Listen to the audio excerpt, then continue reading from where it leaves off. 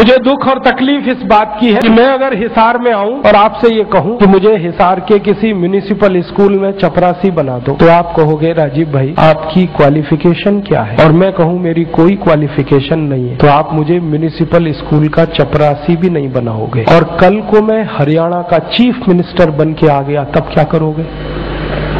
उसी zero qualification पर मैं हरियाणा का अगर चीफ मिनिस्टर बनकर आया तो आप मेरे गले को मालाओं से लाद दोगे और जिंदाबाद इतनी करोगे तो सारा शहर बहरा हो जाए। ये विडंबना है हमारे देश की। जिस व्यक्ति को मिनिमम क्वालिफिकेशन के आधार पर किसी स्कूल का चपरासी नहीं बनाया जा सकता, वो व्यक्ति मुख्यमंत्री हो सकता है, राज्यपाल हो सकता है, प्रधानमंत्री हो सकता है, राष्ट्रपति हो सकता है। विडंबना इस देश की पता है क्या है? जिस व्यक्ति ने जिंदगी में कभी खेत में हल नहीं जोता वो कृषि मंत्री। सालों साल इस देश में शिक्षा मंत्री ऐसे लोग रहे जो कभी स्कूल नहीं गए पढ़ने के लिए। मैं बस नाम नहीं ले रहा हूं, बाकी आपको सब पता है। इस देश में एक व्यक्ति ने जिंदगी में कभी चाय की दुकान नहीं चलाई, वो देश का वर्षों वर्षों वाणिज्य मंत्री रहा जिसने दुकान नहीं चलाई कभी।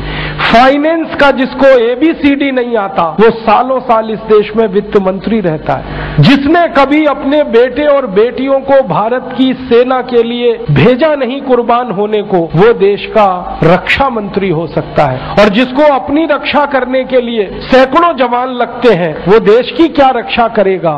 सोचो आप। जिस व्यक्ति को जिंदगी में कभी विज्ञान और तकनीकी का अंतर पता नहीं है वो साइंस और टेक्नोलॉजी का मंत्री हो सकता है, और जिसको इनमें से कुछ भी पता नहीं है वो प्रधानमंत्री हो सकता है। इससे ये विडंबना है हमारे देश की।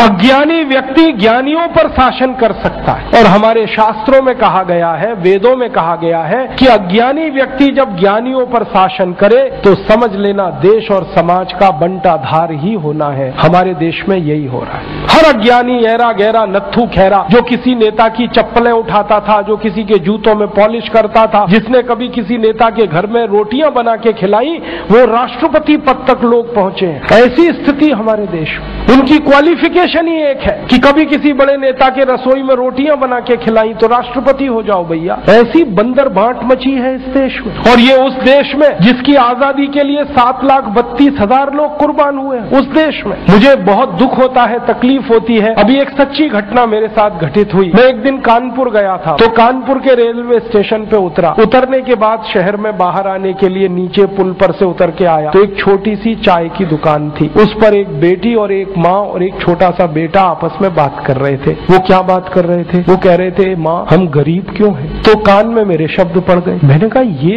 इस तरह का प्रश्न कोई अपनी माँ से पूछे तो मुझे लगा ये कोई साधारण लोग नहीं है, कुछ तो इनमें असाधारणपन है। चल के पूछा जाए कौन लोग हैं, परिचय लिया जाए। तो मैं गया उस दुकान पे, मैंने पूछा आप लोग कौन है? तो उन्होंने कहा कि हम तात्या टोपे के परिवार के लोग।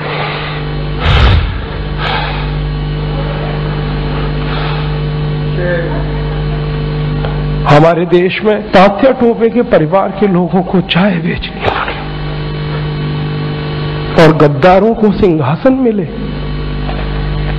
ऐसा ये देश हो गया। जिन लोगों ने तात्या टोपे को मरवाया था वो इस देश में मुख्यमंत्री रह चुके हैं, आपको मालूम है। और एक एक राज्य के नहीं, 2-2 राज्य के मुख्यमंत्री रह चुके हैं। तात्या टोपे का गुप्त पता जिन गद्दारों ने अंग्रेजों को बताया था, उस खानदान के कई लोग इस देश में मंत्री रह चुके हैं। झांसी की रानी लक्ष्मीबाई को जिन्होंने मरवाया था वो इस देश में मंत्री रह चुके हैं। और तात्या टोपे जिन्होंने जवानी लगा दी देश के लिए, उनके परिवार के लोग चाय बेच रहे हैं। ये देश है और ये अब बर्दाश्त नहीं होता, और ये बर्दाश्त होना भी नहीं चाहिए किसी को।